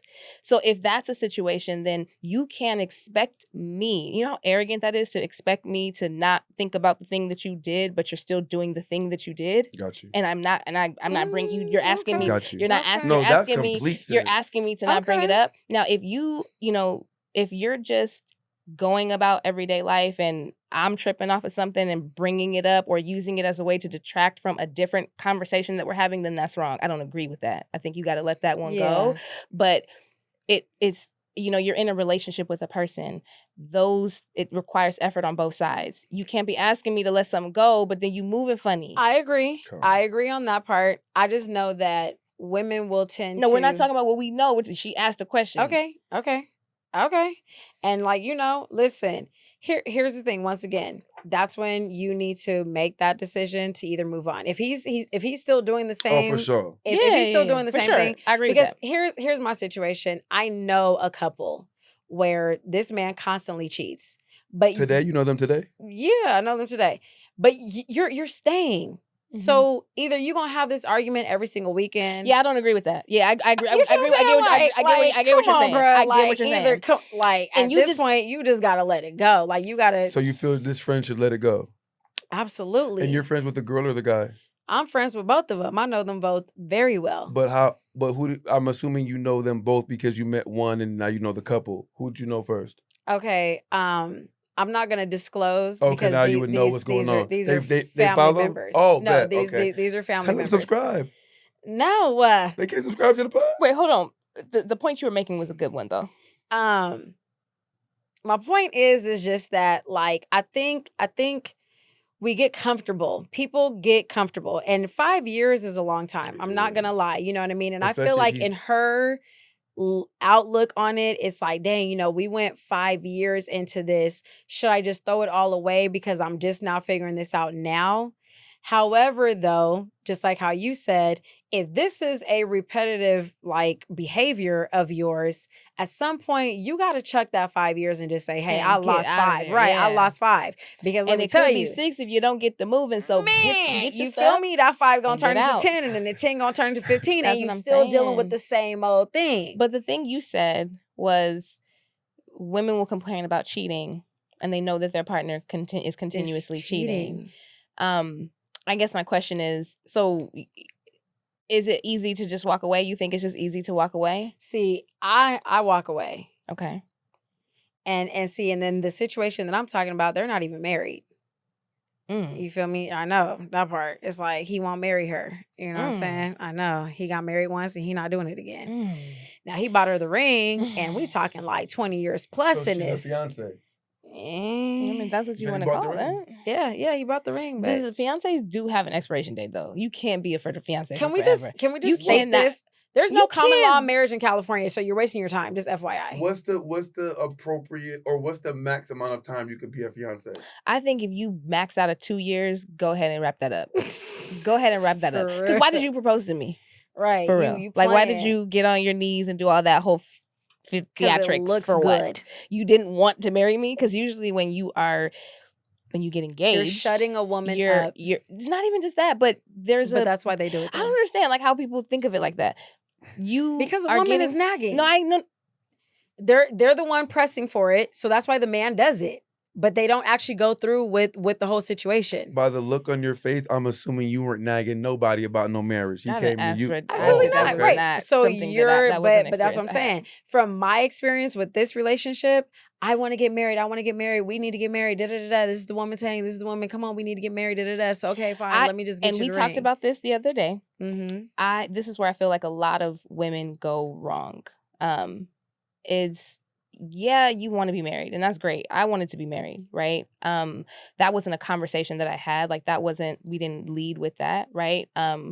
But I think when a man doesn't make a commitment to you and actually take the steps to make you a wife, it says all that it needs to say about your relationship. Right. There are men who don't want marriage, or they just don't want the piece of paper. That's okay. But understand from his perspective what he wants and what he doesn't want. And if what your wants don't align, you could try for forever. Man, and it just won't work. It won't work. It just won't work. Get on. And so, I understand that marriage is a very scary thing for most men, I think, especially in the Western world.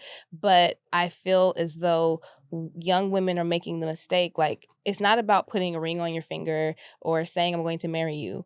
In my culture, there are steps that you have to take. And I don't think any serious man is going to take these steps if he doesn't want to marry you. Mm-hmm.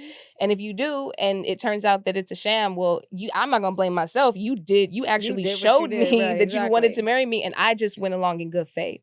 But when a man is not doing that, then there's not, like, we're not going to barter this. It's like, if you want to marry me, marry me, right? And if you're not, and do the things that needs to be done to marry me. And so when you ask the question about the expiration of a fiance, like, I don't know why I would be engaged for more than 2 years. Now, if it's financial and we're working towards something, then that would be a conversation we'd have and we could work that out. But if you propose to me in 2020 and in 2023, we haven't talked about the wedding, then you don't want to marry me. You don't want to marry me. You're not saving for the wedding. You don't want to marry, and that's okay. And that's okay. But I think, yes, there are people who have long engagements. I'm sure there's a lot of nuances as to why people, have long engagements. But I don't think that anybody just wants to be a fiance. That's like being in limbo. And then what I think happens is that the man will then use that and weaponize that to, kind of keep you silent, and just maneuver in a way that I think is weird. So that's just how I feel about it. But take this, like, you said y'all was gonna go live with a question. But y'all never went live. What was the question? We're not going back there. Oh my goodness. We're not going back there. No, you want to go back there? No. I need to ask a question. He's going to agree with you. Okay. I'm just going to spoil it. He's going to agree with you. So we kind of dipped into, it all started because of the Jay-Z and Diddy lawsuit of the 13-year-old female. Okay. She was like, how is it that a 13-year-old is outside? You feel me? Like, how does she get caught up in those type of situations? So then the question stemmed that, are 13-year-olds outside really getting it like that? And I said, yeah. And she was like, what's the percentage? We need the numbers. I said about 70% of young girls be outside, like either 70% of 13-year-old girls are outside. Be with boyfriends, they're partying, they're kind of doing. And when you what say 13-year-olds you know? Wait, and when you say outside, you mean past 10 o'clock? Yeah. When I was 13, I couldn't go nowhere without my mom. Okay, I understand that. You're a 13-year-old boy. Well, they're not going out by themselves. But the 13-year-old girl is hanging out with older people. You said 70% of 13-year-old girls are out here cracking? with grown men. When we say grown, we mean 18-year-old. Like 18 and above, yes. Nah, Michelle, you tripping. 18. What 13-year-olds you know? Okay, hey. 70%. Exactly. That was what I was tripping on. Overwhelming. I thought he was going to agree with you. No. I literally thought he was going to agree with you. 70% is wild. Some are out here acting like that. I said 30%. I said 30. I was going to say 40. But not 70. I doubled back down to 50. 7 and 10 and then girls? You doubled back again to 70 when we was offline. What you was doing when you was 13? She was in the 70%. Oh, you was in the 70 percentile? She was in the 70s. Explain to me what that looks like. Okay, so let me tell you. You were doing what? Okay, wait, hold on. Because y'all be getting out of hand. Keep it PG-13. Because y'all be getting out of hand. Well, I don't know the intricate details. Relax. Okay. Keep it PG-13, please. Come on. It's a business. Okay.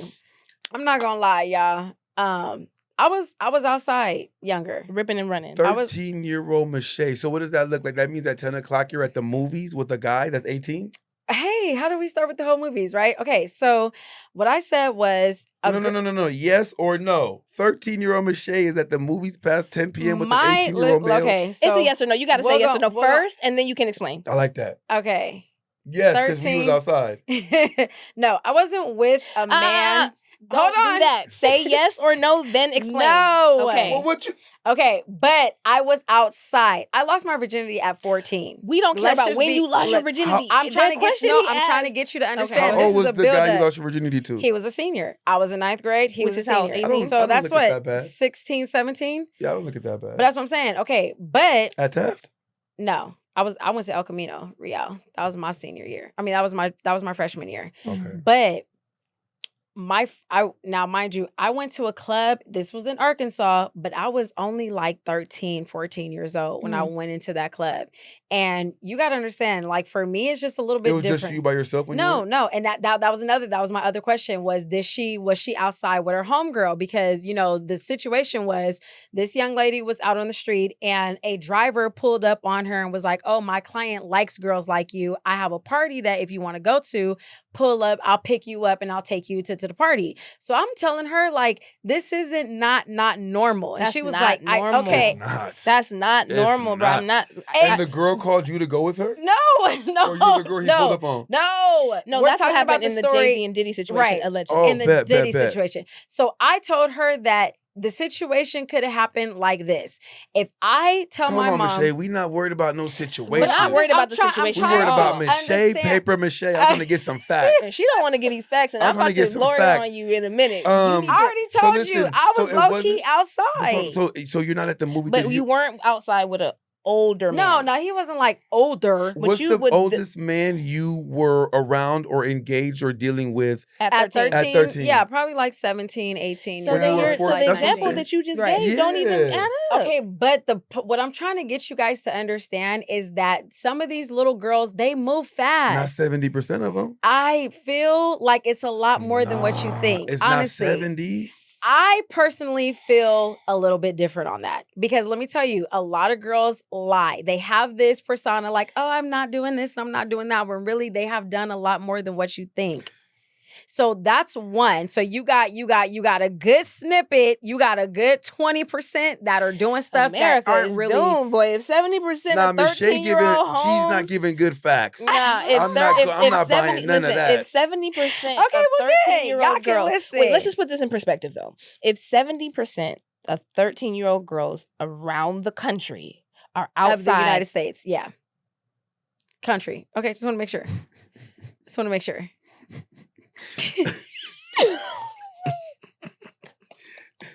Because we're not gonna talk about Europe. No, I'm just kidding. No, let's go.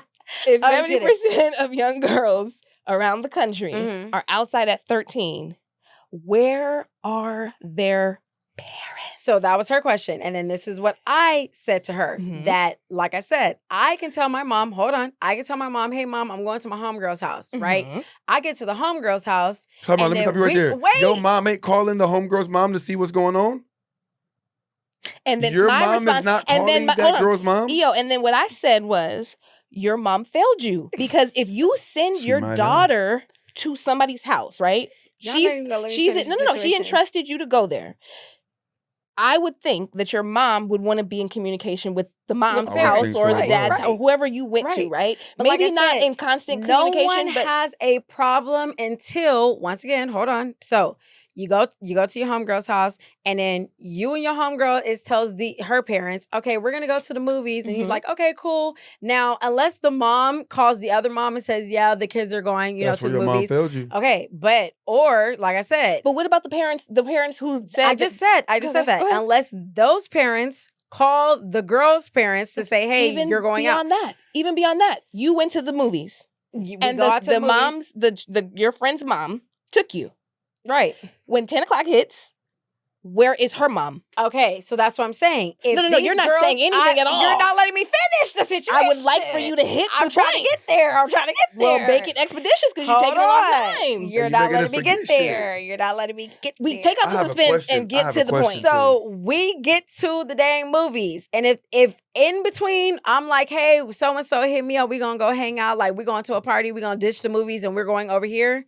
Probably the movies probably never even popped off. That's what I'm saying. Some of these girls maneuver. Movies probably never even popped off, and then they out somewhere. And next thing you know what, that 10 o'clock, parents pull up. Where the kids? Oh, shoot, they left as soon as they got here. And they just letting that ride? They just dipped out to somewhere else. So I have a question, or not even a question, but an observation. Okay. I believe that back when we were younger, it was a little bit easier to maneuver around without your parents knowing. Right? But you said, we're talking about today and the 70% today. There's no way you can't track your kid. Okay, wait, hold on. I'm talking about. Can I go back to her scenario? The situation happened in the 2000s. Hold on. Can I go to her scenario though? Okay, so I have just a clarifying question. So, but you get what I'm trying to say. No, because I feel like today it's so hard. It's easier to track your child. Right. And but, you're saying today that back in the day. No, I'm talking about back in the day. We're talking about when I'm 13. Those girls. Right. 70% of me, but 13. Not today. Right. No, okay, not today. Hold on. Because I let's just go back a little bit. Mm-hmm. Did they say, because I didn't read the whole complaint, right? But did they say around what time of the night? It was in the 2000s. Time of night. Oh, I don't know. Because I would think that the MTV Awards or whatever award show that they were coming over from like 10. is at 10. Okay, hold on, wait, please stop. Please stop. Just let me finish. Go ahead. Hear me out, okay? So, I'm presupposing that the girls who went to the movie theater got there probably somewhere around 6, 7, because I'm not dropping my daughter off. Right. And if they bounced at that time, they weren't catching the 10 p.m., 11 p.m. person bus so they're on their way back to the movie theater? No. Where their mom dropped them off? No. And that's when they got picked up. Hold on, wait. You got to make it make sense. Because if I drop my daughter off at 6 and I'm anticipating picking her up at 10, and then the movie or the premiere that they went to is over at that time, maybe the girls are on their way back. They know their mom is on their way to pick them up. So I'm trying to understand how it happens. A guy pulls up, you're like the kind of girl my client likes. I get in the car knowing my mom's on her way to the place to pick me up. Yeah. Do you know how many times I had to take that an L? That is the most ludicrous thing I've ever heard. I understand that, but that's what I'm saying. Ever? I'm trying to tell you Maybe that ever, you take crazy. L's for the night. Then but my you're thing is then this, once you take that I'm gonna L, wait though. your mom so you're saying you up? Absolutely, you get put on punishment. You can't go nowhere for a couple of weeks. You were a rebellious spirit. I'm just trying to be honest with you guys. I'm just being. I just don't understand. I'm just saying, but logically, I'm on my way. That. I already skipped. Well, I already skipped the movie to go hang out with my little boyfriend over here, right? And now it's like, okay, mom's is on her way. We got to go back. And a guy pulls up, and I jump in the car knowing my mom's on her way back. That doesn't make no sense. But you had a certain respect and fear for your mother that your she didn't mom have. is on her way back to pick you She's up. not getting this part. So you mean to wait? So I know I'm a hate this clip when we run it back. What I can't understand this point in Miss Shay's situation. I was also a child. Like my mom gonna whip me. All right, I'll take that, and I'm gonna do what I'm gonna do again next week. Yeah. So I understand that part of it, but I still had I wasn't just moving how I wanted to. There are certain things I would do and try and slide. But I tried it. I was the kid that tried it for sure. Okay. I just was and I'm telling you, me and my homegirl, we caught the bus from the Valley all the way to the Fox Hills Which Mall. Homegirl?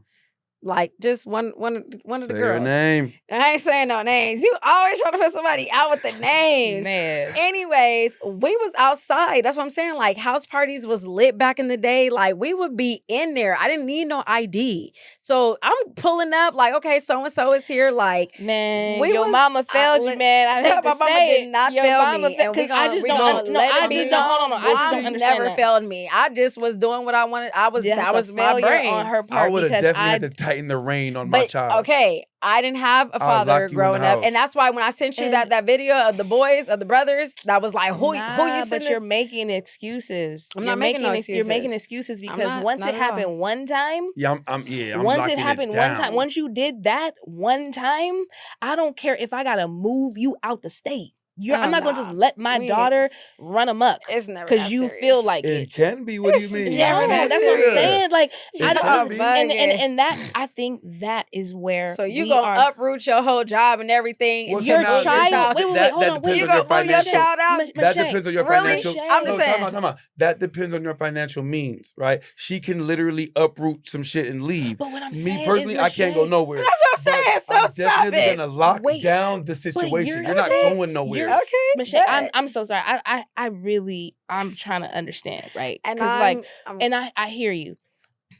When I say your mother failed you, I mean no disrespect to your mom. So if she sees this, I don't want her to feel like I'm disrespecting her at all. I would say the same thing about myself. I would say the same thing about my brother if he was doing something that, as a parent, you have a responsibility to your child, to care for that child. You did something that was disobedient. You got caught, right? I can't just let you move the same way you just moved. Like I said, you get your butt whooped, you get put on punishment, and you move on to the next. It's next week. I can understand that as well. I don't understand. Like I said, I was like that. But so I'm sorry. That's just. I'm gonna tell you, I believe in that. In certain instances, my mom failed me. because there is no way the things I was getting away. And it's not even. And I feel like people take failure as like a death sentence. Like that's what I'm saying. You're in denial right now. I failed my son as a parent so far. You're in denial, and the thing is, I correct my behavior. And the thing is, the real growth in life is when you can acknowledge when you fail. That's what I'm saying. Hold on, wait, just hear me out. You don't feel that way. No, you don't feel that way. Because here's the thing: my mom did not fail me. I failed her. See, this is where we're gonna really switch it because I was the one that was lying. But you didn't. I was the one that decided to go out. Exactly. She did not fail me because she taught me everything that I needed to know today. Did I apply it to my life? Probably not. Clearly, I that's what I'm trying to get you to understand. These are my decisions. I failed her as a daughter because my mom don't even move like this. But you don't think that your mother knowing better, for example, I believe my mom failed me in this instance right here, right? I was able to come home in high school and my mom would be like, what's up with the homework? And I'd be able to say, I did it already or I don't have any. Lying. Right. So, and the thing about it is though, my son can't come tell me that. And you know what's even more on that point? His mom should have reached out to the teacher. That's what I'm saying. To confirm. My son can't come tell me that. You can't tell me that. You're basically saying that you're absolving your mom because she told you the right thing to do and you just didn't do it. So wash her hands. It's not her fault. She had you. So if it means that, if it means that step 1 didn't work, well, we got to go to step 2. Exactly. If step 2 don't work, we got to go to step 3. Exactly. And if step 3 don't work, we're going to go all the way until something works. Yeah. Because that is her responsibility. Listen, that was her graduate. Did you graduate from high school? No. I got a GED. Oh, well, I graduated from high school. And listen, I still made it through. So that's what I'm saying. Like when you use the term fail, it's like you're saying as if like I was a dropout, like I just didn't make it through. Like failure is not fatal. The whole point. Wait, hold on. The point. Put that on the shirt. Wait, the point that I want. No, Michelle. That was fly. Michelle. The real growth. I really love you, and I want you to get this. Mm-hmm. I'm not saying because I failed. You failed. He's failed. We've all failed in our lives, and we will continue to fail. Absolutely. But when you the failure is not the thing that you need to focus on. It's what you do after that. Did I keep going? Did you graduate? Did you turn your life around? Absolutely. Cool. So, but in that moment, that was a failure. All right, I'll take it for now. Yeah, like for example, in my book, you ain't failed me, mama. I love you, and that's the problem. We not holding people accountable. And in that part too, Michelle, I'm gonna say this about like my mom, right? I believe you do what you know, right? My mom dealt with a lot as a kid, so all she was doing the best she knew how to do at that time. Exactly. Was it sometimes as the a right single mom? You know what I'm saying? So I give her that grace, but I'm also able to look now as an adult and look back at the things that were happening. My son can't come tell me you don't have no homework. Absolutely. I'm hitting Did teachers. I need more attention? Absolutely. And in that area, she failed. Okay. And that's okay. Yeah, and the word is not, I know we got a lot of sentiment around the word, and I know so in that instance, failure it can be, it's not fatal. And that's I didn't make that up. That's a quote somewhere. Okay, it's a quote somewhere. Yeah, I'm gonna put it because up. It's real. I ain't taking that one. Yeah, because a lot of people feel like, you feel like, I'm death sentence. Nah, like, and you said it perfectly. It's not what you do when you fall. It's how you respond after it. Right? Like you just said, it could have been a failure moment. You graduated. You out here selling big policies. You popping. You about to go to Greece. Right? Listen, I believe that it's even a better story that you have than someone who came up with some money, someone who had it given to them. I believe your story. That part is okay, but that's okay too. Oh, for sure, because that's what you're striving that's for. What my son gonna be. So, a taken care of kid. Exactly. So I'm just saying, but me personally, but you still got to give them the lessons though. Right. So I look at your story and my story. We did that. Yeah, we did. We did that. You understand? So no disrespect to moms. Mom did her Dougie. My mom did the best. My mom called me when I was in prison. Was crying on the phone. I thought something was wrong with her. And she told me, I failed you. Aww. There were things that I did, and I told her the same thing I told you. I said, Mom, you didn't fail nothing. Yeah, you did the best you knew how to do. I took the choices I made. Don't look at me like I'm in prison, like you had nothing to do with that. She knows my mom. Right. My mom, you would never think her sons, both of them, would have gone to prison by the way that my mom conducts herself. Right. We made the choices we wanted to make. Right. But there are certain instances where I feel like if my mother would have done certain things, I may not have gone down that path. Because you're your child's advocate in a way, right? I'm definitely going to take that. I hear y'all. You know like the Hear Me Out podcast, I hear my people's right here. Like, and that's all I'm saying. Like, it's really all love. Like, I have a growth mindset.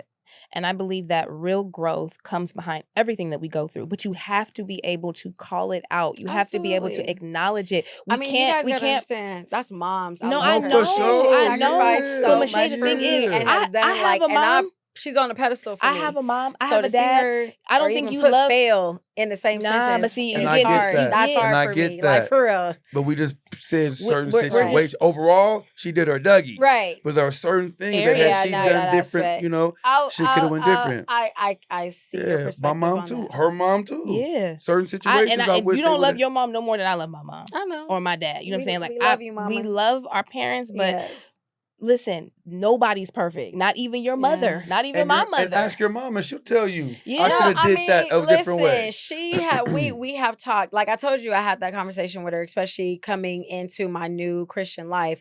You know, I was like, listen, you know, Mom, I apologize because I lied to you about so many things. And she was like, Binky, I knew that she was lying to me. She's like, and then, you know, we really got into the conversation and she was like, dang, you know, I did probably drop the ball. She wouldn't use the term fail, but, you know, she admitted to me that, you know, I probably wasn't paying attention to you as much as you needed me to pay attention to. It's so liberating. Trust me on this.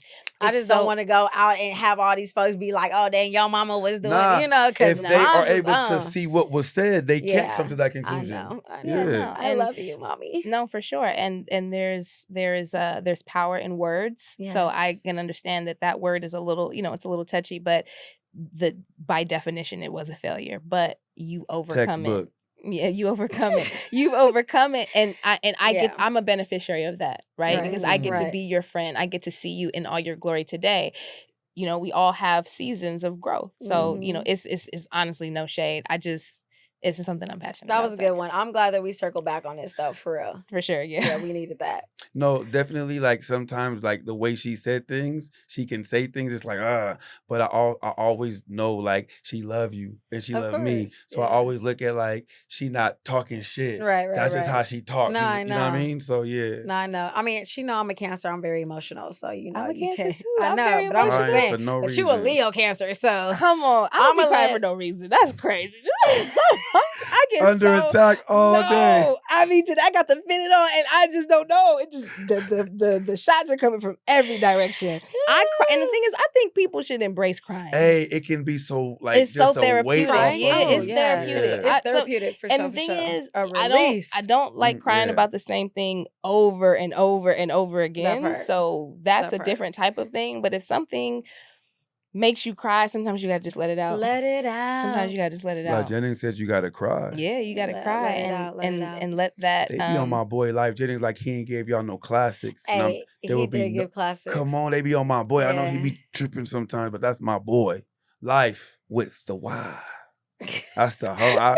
I like his music. All right, so this is gonna be the last segment we're gonna close out with. It's kind of like inspired by our Mamba Mentality series. We talked about it last episode. This one is about consistency, right? So, what's your relationship with consistency, Michelle? Baby, when I tell you I gotta wake up every single day and get on these phones and talk to these people, and see, here's the thing: I need you guys to understand that I'm gonna hear no. I'm going to hear at least 50 no's and then I'm going to get that yes. Mm-hmm. So that is where my consistency comes in. Yeah. If I get like, you know, trumped over the first 10 and I'm like, okay, I'm over the day, you ain't getting nowhere. You got to continue. You got to stay consistent. And then next day. What about the next day? Yeah. What about you? And then the next day. I feel like my relationship with consistency is unstable. I feel like the things I want to do, I'm consistent in those, and the things I don't want to do, I'm not as consistent.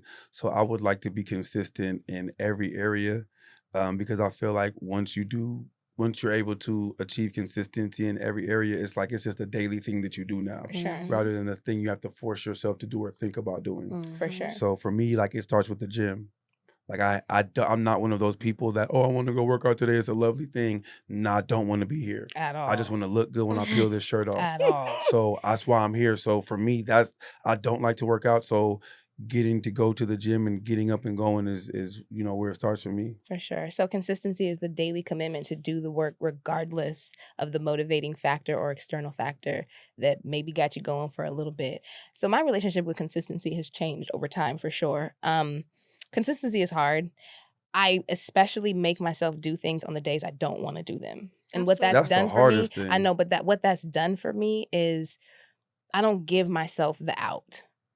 Like, I don't give myself the out on those days. I'd rather take a day off when it's like, okay, maybe I've been going 10 days in a row and I can go, but maybe my husband wants to go somewhere, or I promised my kids I would do something. But on the days I'm just dead tired and don't want to go, it's like proving to myself that I can do it. Because you always don't want to go, especially if it's at night. Like, if it's at nighttime and I'm like, man, it's 10, I could just not go today.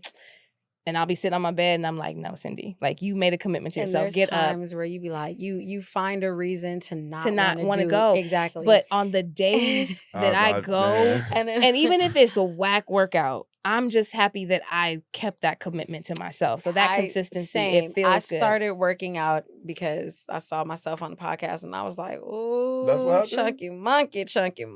But that self-awareness is beautiful, though. Yeah, I feel like that self-awareness is beautiful, and I wish more people would be honest with themselves about that. That's why I'm like him. I hold myself accountable. Like I said, I know what results look like. I've been, at 145. And I know what I look like when I'm 150. Where you at right now?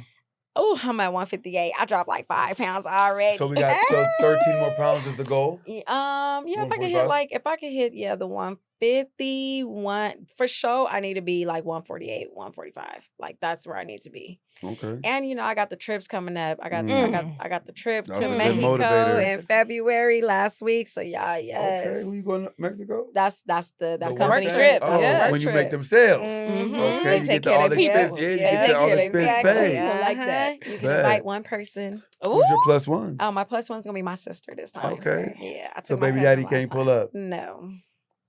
Who's gonna watch the kid? So he's okay. Like, that's cool. Like, you about to go to Mexico? Okay. What you mean? I don't gotta watch no kid. You better get your mama to watch him. I got something to do. Oh my God. I'm busy too. But he ain't got nothing to do. Well, you don't know what I got to do. My baby daddy ain't got nothing to do. Why you keep throwing this man under the bus? Don't make no plans for me. I don't like that. Take that back. I'm just being for real. He's a nice dude too. You met him? Yeah. Listen. Y'all hanging out. She needed to run that. You need to spin the block. Oh yeah, no, we locked in. So you mean? Don't you do too much. You need to spin the block. I'm not running the block. No, let me meet him. I'm gonna tell you. Listen, and I'm gonna keep I'm gonna apply the pressure. And the thing is, what I say? I'm telling you. I'm telling everyone. What did I say to you? What's his name? No, hold on. What did I say to you though? What? When we had our conversation yesterday. Hold on. What did we end with? If you remember. Oh, that's right. What did we end with? Curious questions. Ask questions. Figure out. Stay above curiosity. Stay above curious. What I advised her was, I'm not saying just run back. I'm saying have a conversation and really ask the right questions. Like, I think it would be amazing. What if she don't want to?